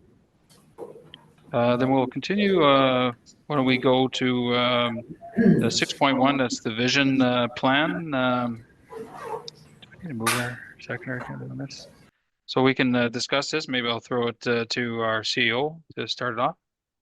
Okay, so just a bit of a background. The current 10-year vision plan process started in 2016, which led to its adoption in 2018. The process involved meeting with community members and various service groups. So our current plan expires in 2028. So it was a 10-year plan. The current council had a desire to review the plan and offer suggestions for refinement. So on June 12th of 2024, council and senior management held a day-long strategic alignment session at the Dugald Community Club with the help of Community Futures Winnipeg River staff. The objectives of the session were to understand the existing strategic plan, update the strategic plan to reflect the current direction and focus for council and administration, collectively determine projects and strategies that align with the strategic plan to move forward with, and to recommit to municipal purposes and serving all areas of the municipality. The day-long session involved roundtable discussions and a walking brainstorming activity using a dotmocracy activity. The day ended with final roundtable discussions where each participant shared their takeaways from the session and final thoughts on moving forward.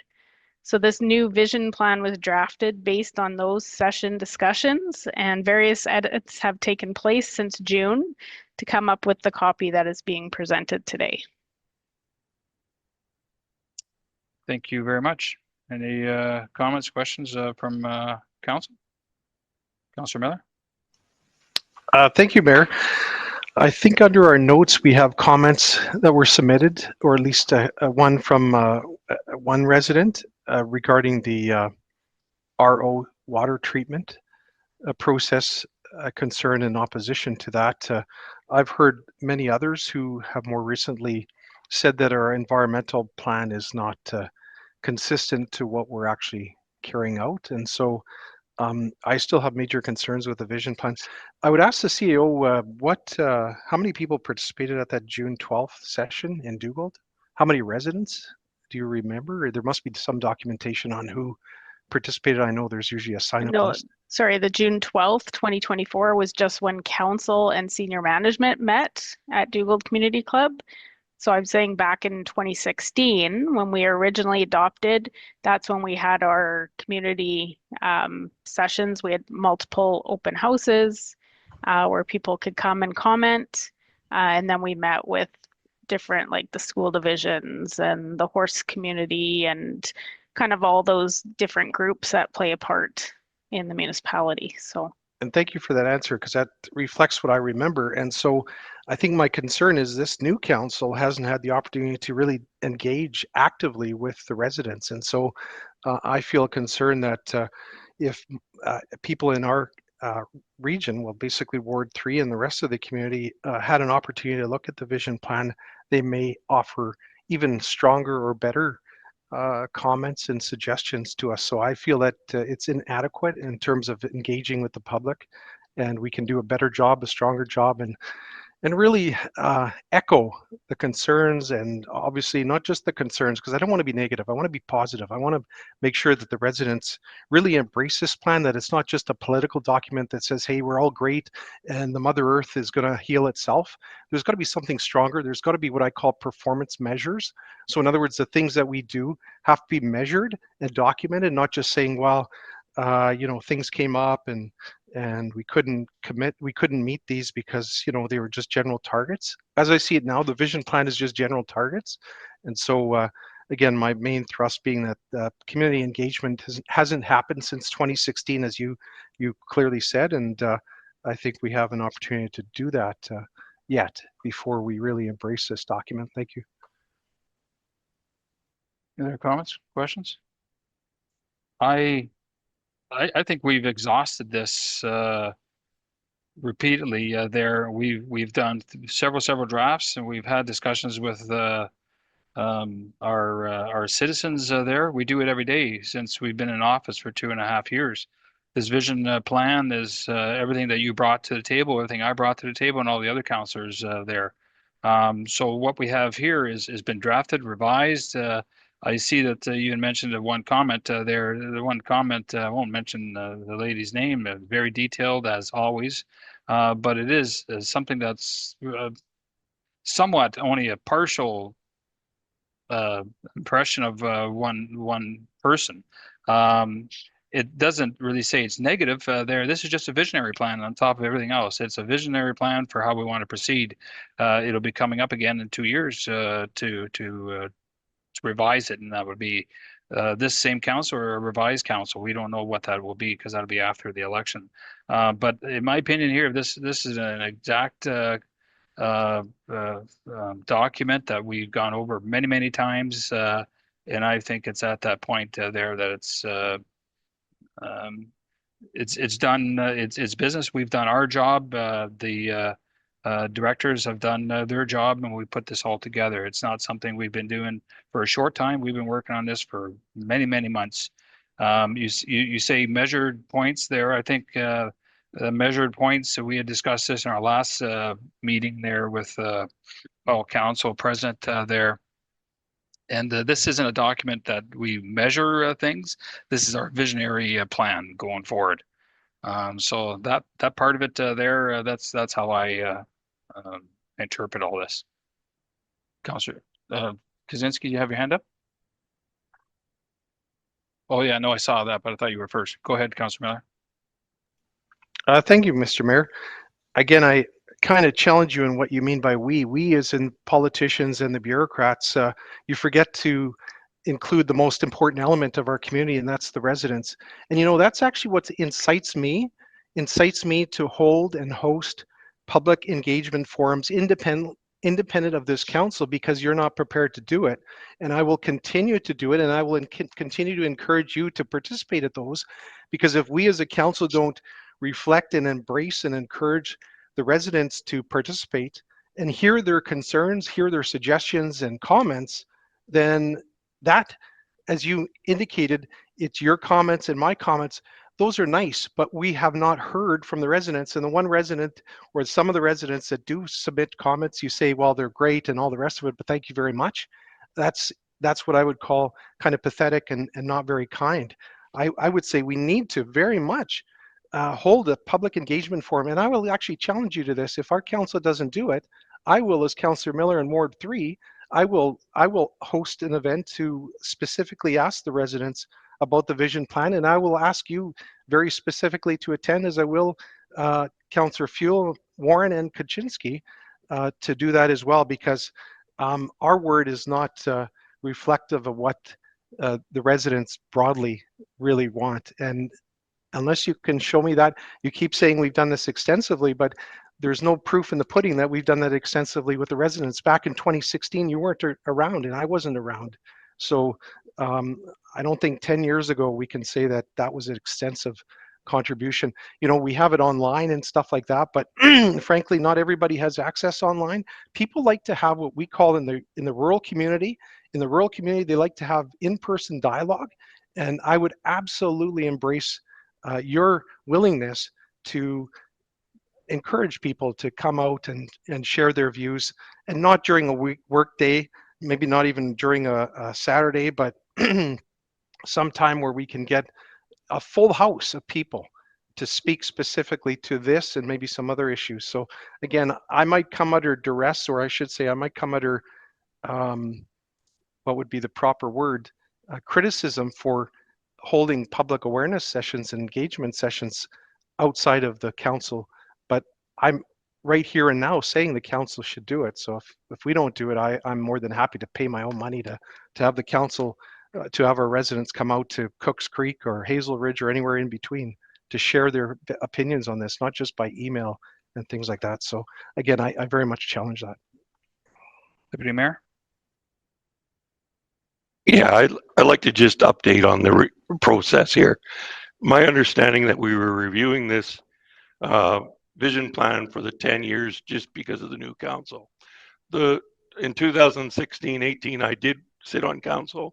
We went through an extensive open houses, and we did all the engagement with the stakeholders. So there was quite a bit of that done in full detail of how we got to this 10-year vision plan. So my understanding at this time is a review. I'm open to the public to have a conversation around it. I'm never going to say no to that.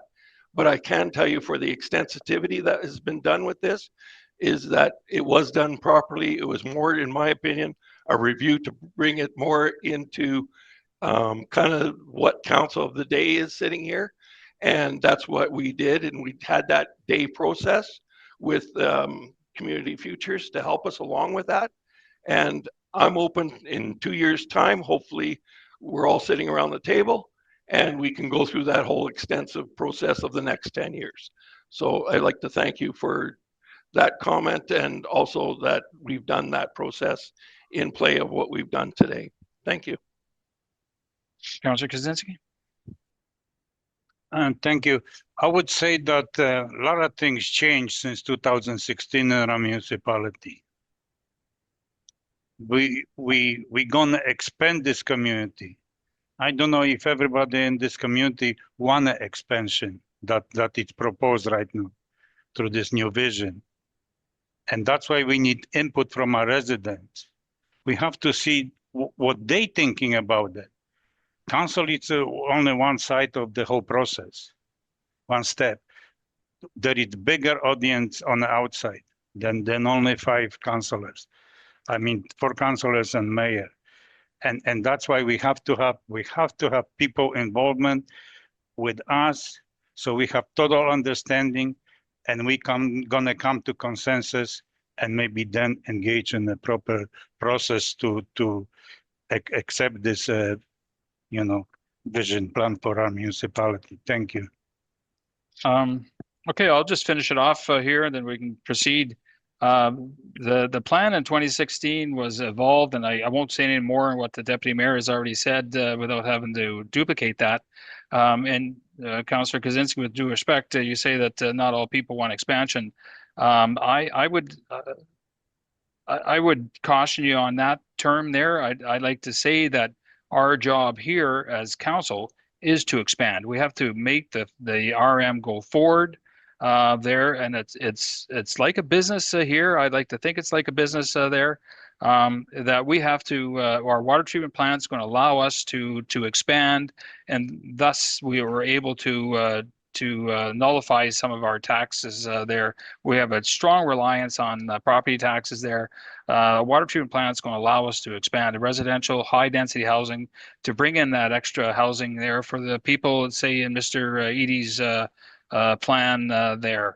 It's way ahead of what we had in the expansion here or on his presentation there. But I think the vast majority of people want their taxes to be addressed, and they voted for us to make these hard decisions.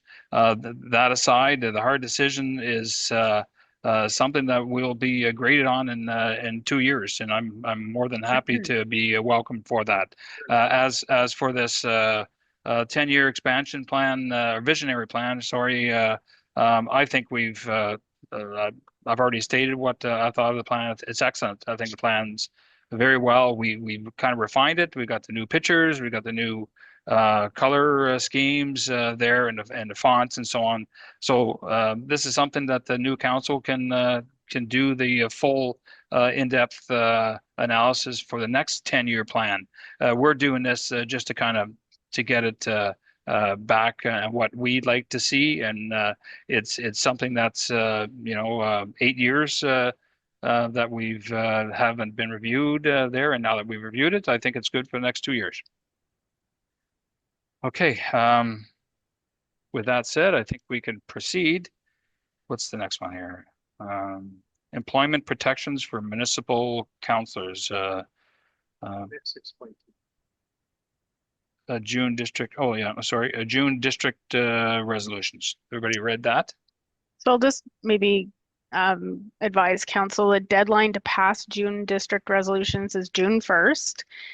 So we have received 4 resolutions from various municipalities that they've asked council to consider supporting the resolutions they've passed for the district meetings. So today we've attached the 4 resolutions we've received. We're just asking council to review each resolution. If there's any questions, we will have until May 20th to gather more information if you need it. But then whatever council wants to move forward with, you could pass those May 20th and we can get them in before the deadline. So the first one we received was from the RM of Reynolds regarding employment protections for municipal councillors.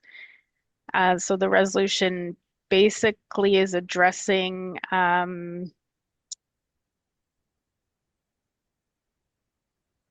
do you want me to read the resolution out, or do you want to just discuss it? Everybody's read it there. I think it's an excellent resolution. It makes sense for a councillor, and this is not just us. This is a broad thing for AMM. I'm for the resolution there, but I don't know if we have to read all of them through. If everybody's read it through, that's just me. What does everybody think?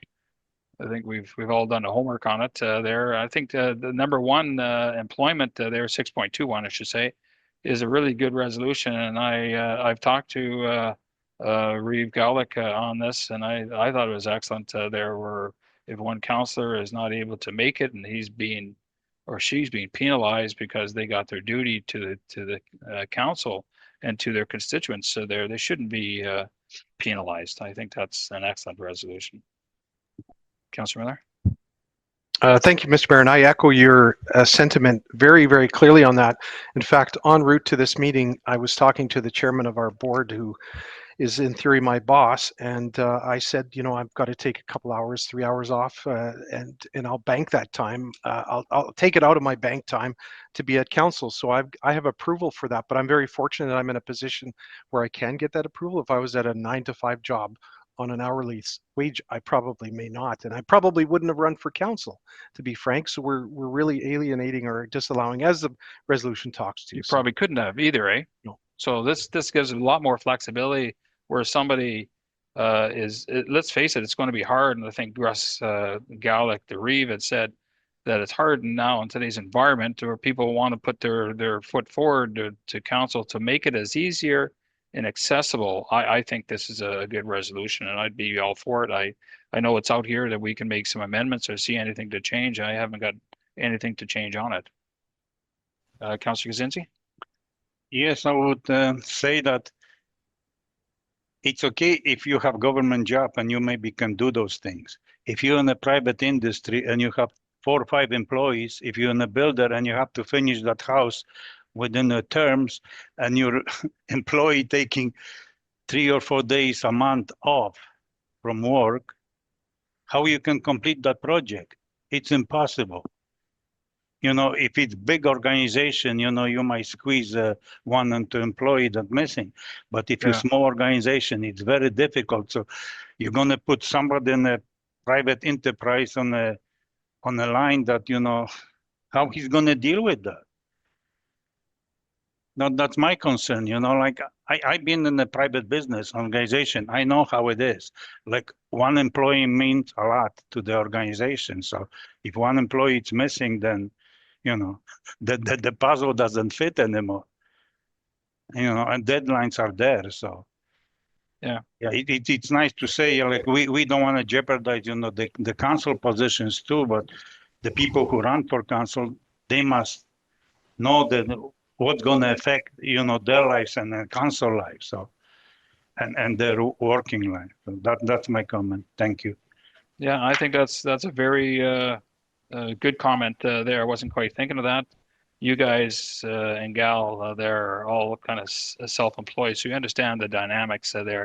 But yeah, you're right. This is more in tune to a bigger job area that person can leave, and not the boss of a self-employed independent business. I agree. Not everything is going to be perfect, but I think the idea is there to try to help there, and this is a start. Deputy Mayor? Yeah, I'll just add to it, like Councillor Krasinski said, I ran my own small business, so I know what it's like. So yeah, it could affect it, but I would hope that whoever the person that's going to run would talk to their boss or the owner and just explain to them that they're considering running for councillor. And I think any owner or person involved in the business would work around that, and hopefully would be able to work with the person wanting to run for councillor. So hopefully those things could be worked out. Thank you. Thank you. I think everything has been heard with regards to this item. Then we can go to 6.22, drainage restrictions to development there. Anybody had any issues, concerns with regards to the Burns Midle? I see none. Then we'll go to 6.23. That's the 3030 initiative. Any issues, concerns with regards to that? I have a few. My main concern is, and I wasn't there at the AMM for this. I was sick at this time for this there.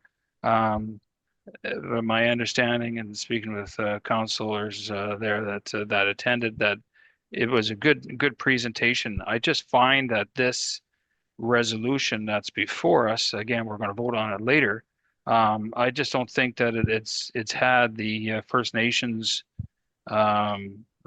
consultation. Enough has been done, and I understand that it must be somewhat frustrating with regards to this is a First Nations land process there. The Truth and Reconciliation has to be addressed too. I don't find that this resolution is, at least to me, this is just me, it's not articulated well enough for me to understand exactly what the problems are for this. So I find that going forward might be a little bit of a problem for myself. And that's just me. Any other comments or questions with regards to that?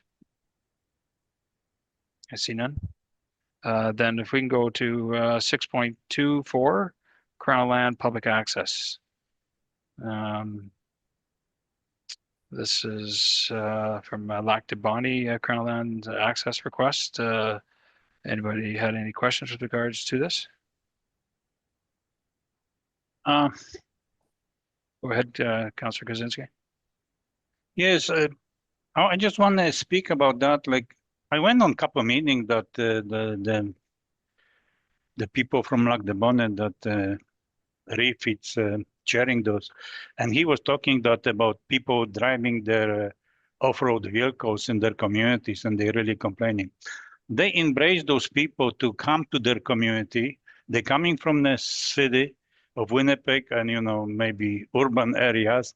They cannot use their vehicles, so they they go to the country. They said, well, now we have freedom. Municipality of Lac de Bonne accept these people because they're paying taxes. So a lot of them are there and taking their toys with them. And maybe sometimes they're taking the problems with them, but municipality should deal with them. These people paying their taxes there, and they have, I guess, same ability to use their equipment like everybody else in the community. And the comments was made that, you know, it was wet and then machines make, you know, ruts in the roads and, you know, trails and everything else. Well, if municipality want withhold these people, I guess they should kind of work with this group, whoever, you know, using those off-road vehicles, and help them working with them like snowmen, you know, grooming the trails. They should maybe for snowmobiles, and they should groom the trails for off-road vehicles. There are dirt bikes, there are quads, there are, you know, side-by-sides, you know, the industry there, and all these equipment, all these vehicles are legal on the road. You can register them and use them. So municipality probably generate enough tax revenue that, you know, groom some of those roads or those trails for this type of activity in their area. So I'm not saying that it's stated here that some land it's used for the farming, you know, lease to the farmers. I don't see that anybody should go with those off-road vehicles on a farmland that people have crops because somebody put input to it, and I don't encourage that. Like, you know, they should stay off the, you know, lands that crop proceeded, or probably, you know, grasses and, you know, feed for the animals. So, but, you know, otherwise, you know, they should work together and, you know, not be so rigid, but work with the people in the community and resolve those issues. Thank you. I agree. I know the RM of Reynolds has got a huge problem with regards to literally they could have dozens and dozens of campers that move into an old quarry area there, and you know, ideally it's a fantastic area to camp, but the problem is that there's liabilities involved in that. There just isn't a manpower for this. This is much like Lac de Bonnie's. I would think that Reynolds would have a resolution coming forward with regards to that if they already haven't there. But this is a first step, I guess, and it's a good resolution. Is trying to resolve or to push the province to take Crown Lands access and lease owners' rights into light and into consideration, I should say. Unless there's any other questions or comments, we'll move to the 6.3 abandoned and derelict vehicle bylaw. So this is a bylaw that's being proposed. So I work with Springfield Police. This is an issue we tend to have more in the industrial area where people don't have the room on their lots. So they're basically using roadways to park vehicles, unload vehicles. So we're constantly having to go and enforce it. And so we find that we'll go and say, remove the vehicles, they'll move them, the next day they're back again. So right now, we don't have anything that gives us the power to actually ticket or tow. This bylaw would. So it's just been received. Senior management is still reviewing it. So I just wanted to get this in front of council so you could review it. If you have questions or comments, then I can get back to you with those answers. So. And where are we gonna tow those vehicles? And we don't want to be liable, yeah, for it. Like, No, you but know, we could enter into a contract with the towing company and then they would store it at their facility. So we wouldn't have to create a facility to store these vehicles. We would just call that tow company, they would come, but without a bylaw in place, they won't do that. So. And under the Garage Keepers Act, they'll take them. It's their responsibility. It's not ours. I got a couple points to that, but it's not us. That's the has to worry about that. Garage Keepers Act, that's what they work under, and they can hold those vehicles. They start off at a certain amount of money every day, and then it gets higher and higher. And if the vehicle is worth $500, then the owner eventually is probably not going to want it after a month. It's just not worth the money. I think it was Deputy or Councillor Miller first, and then Deputy Mayor. Thank you, Mr. Mayor. I'm supportive in principle of the bylaw. Just a question, is this something that is in other RMs as well? Again, I don't base my support on whether it is or isn't, but I don't think it was just, we didn't reinvent the wheel, did we? We kind of probably massaged something from, there was something out there, I suspect. Yeah, so I think SPS noted they reviewed 5 other municipal bylaws and kind of made notes on what they're doing. So this is based on partly what they're doing, but also what we need. So it's kind of a mix of everything. Deputy Mayor? Yeah, I support this bylaw, but I have a question to you is, we also get where we have landowners who buy property and then store derelict vehicles or, you know, and in by the masses are not registered. And we have like a landowner that has 50 obsolete vehicles on their lot. Would this bylaw be able to have any teeth to that? It would, as I said, we're more complaint driven at this point. So sometimes people aren't bothered by it, where other times we do receive complaints. So yes, this would give us the teeth to deal with those unregistered vehicles like that we can, you know, deal with. But I think right now, our main concern is the complaints that we're receiving in the industrial park where it's becoming a safety hazard. And I agree with you. I'm just thinking of a few where there has been complaints. So Right. just thinking like, again, and I agree with you, complaint driven is the piece. So I totally agree with that. Thank you. Deputy Mayor or Councillor Kaczynski? yes, and yesterday we have a Eastern Forum, and one of the rep was speaking about it, that, you know, we have to talk with the Justice Department because we put the bylaws in place and then somebody suing us, and then we're responsible for, you know, for the cost if somebody suing us, Justice Department.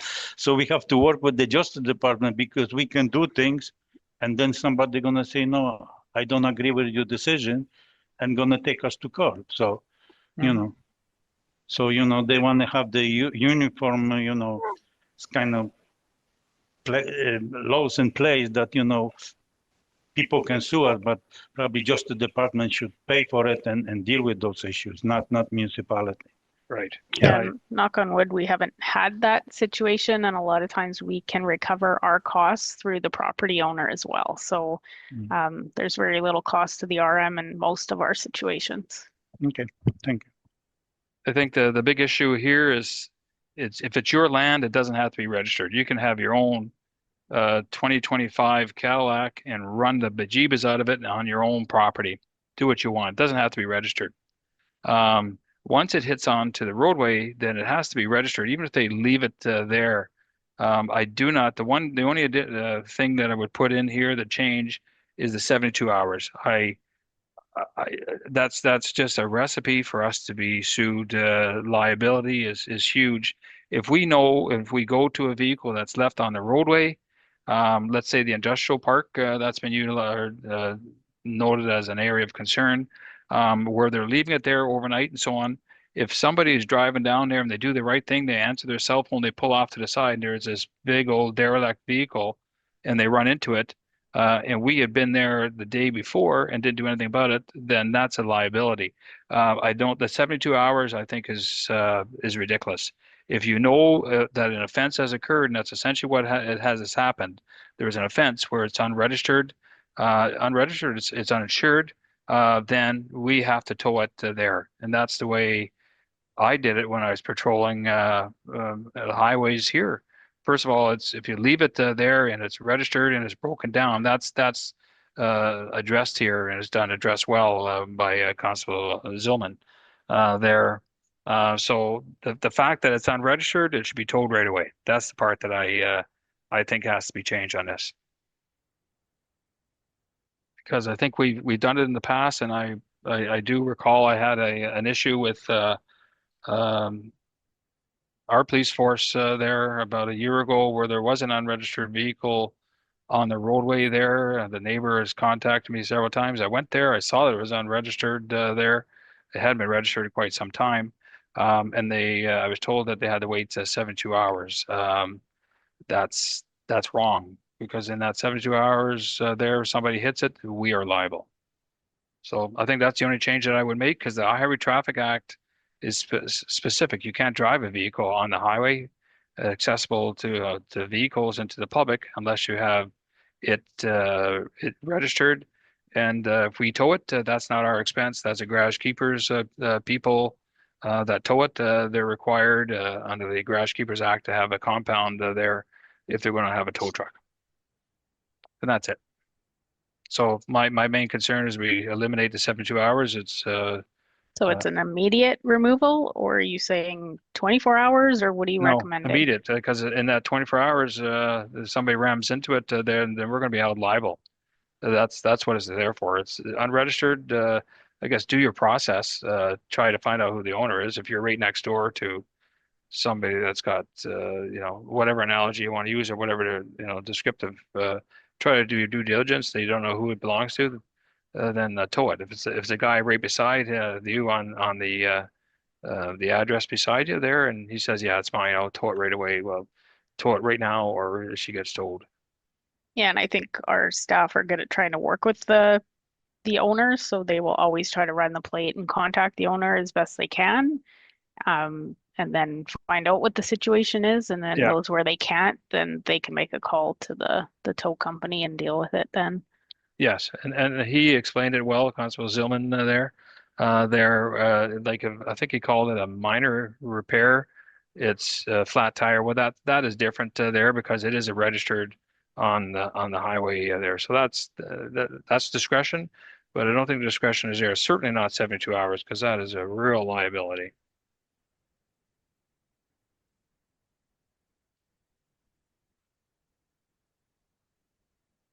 Any other questions at all from council with regards to that? See none. We'll go to 6.4. It's a letter from Honourable Glen Simard dated May the 7th. Any questions or comments with regards to that? I see none. But I had sent this to senior management, and we're just keeping an eye on each department to see what kind of effects we have. Right now, we typically buy Canadian and local anyways, but we may see a difference just in large equipment purchases. So we're keeping an eye on that. I know one thing we're having trouble locating right now and not being affected is those zero-turn mowers. So that's something that we're not, if we're not desperate to replace, we will wait until we make sure we're getting the best cost. What's going to happen in the long run, like if we need to replace the fire engine or something like that, and then we're in the pickle, yeah?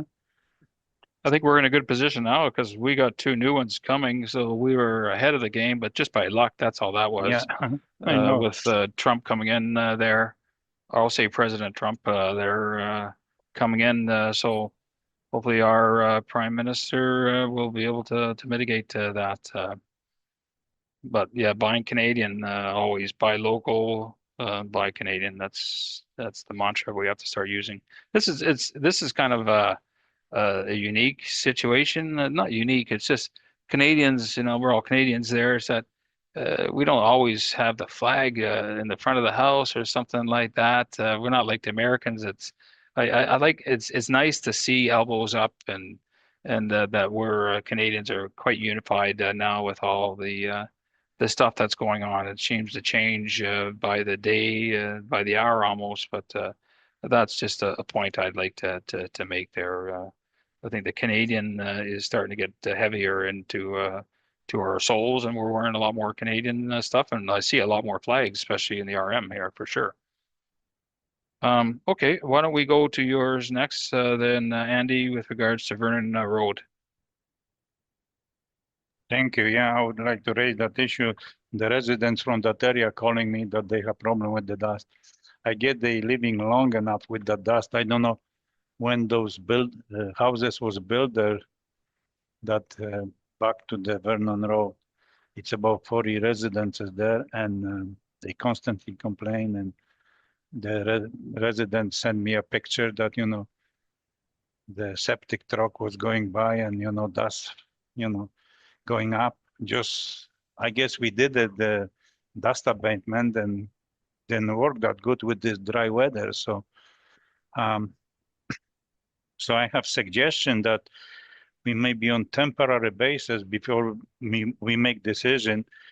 We just put restrictions and close the Vernon Road from Lake Drive to Ashley Drive, and put on Springfield Road, put the local access only and no trucks access to that road. But farmer, there is one farm land that have to have access to the Vernon Road, so he be able to access this road. And maybe we prevent from creating dust in that area till we find better solution. It's only 5 months, would be temporary, and we can remove that, as we on the fall, so people could be able to use this road. That's my one suggestion, and I'm maybe looking for more suggestion with somebody else. I know our public works manager, it's not here, but he could maybe help us with, that issue. But we have to solve that problem for the residents now. So, okay, I know, like I wouldn't like it if I would be,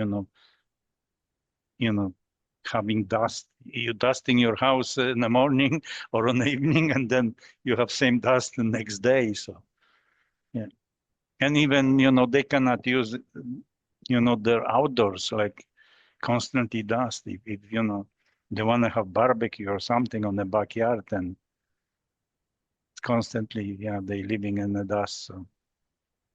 So that's my suggestion. Maybe other input from other councillors. I would really appreciate that and help out those residents in our community. Thank you. Oh, it's a tie. Go ahead. I think Mark's older, so he's first. Councilor Miller? Well, thanks, Mr. Mayor. Yeah, I would obviously share, and it's obviously not in my ward, but if there's upwards of 40 residents, that's obviously a concern. And the dust this year, because of, I'm going to say clearly because of climate change and a whole variety of weather issues, maybe Public Works or maybe us as a council, maybe the deputy mayor has a suggestion, but can we find money to do dust control or something to mitigate this, at least for the interim? I'm not sure if restricting traffic, because I know the trucks will still come, because we have that issue on some of our roads in our area where there's roads restrictions, they still happen, right? So,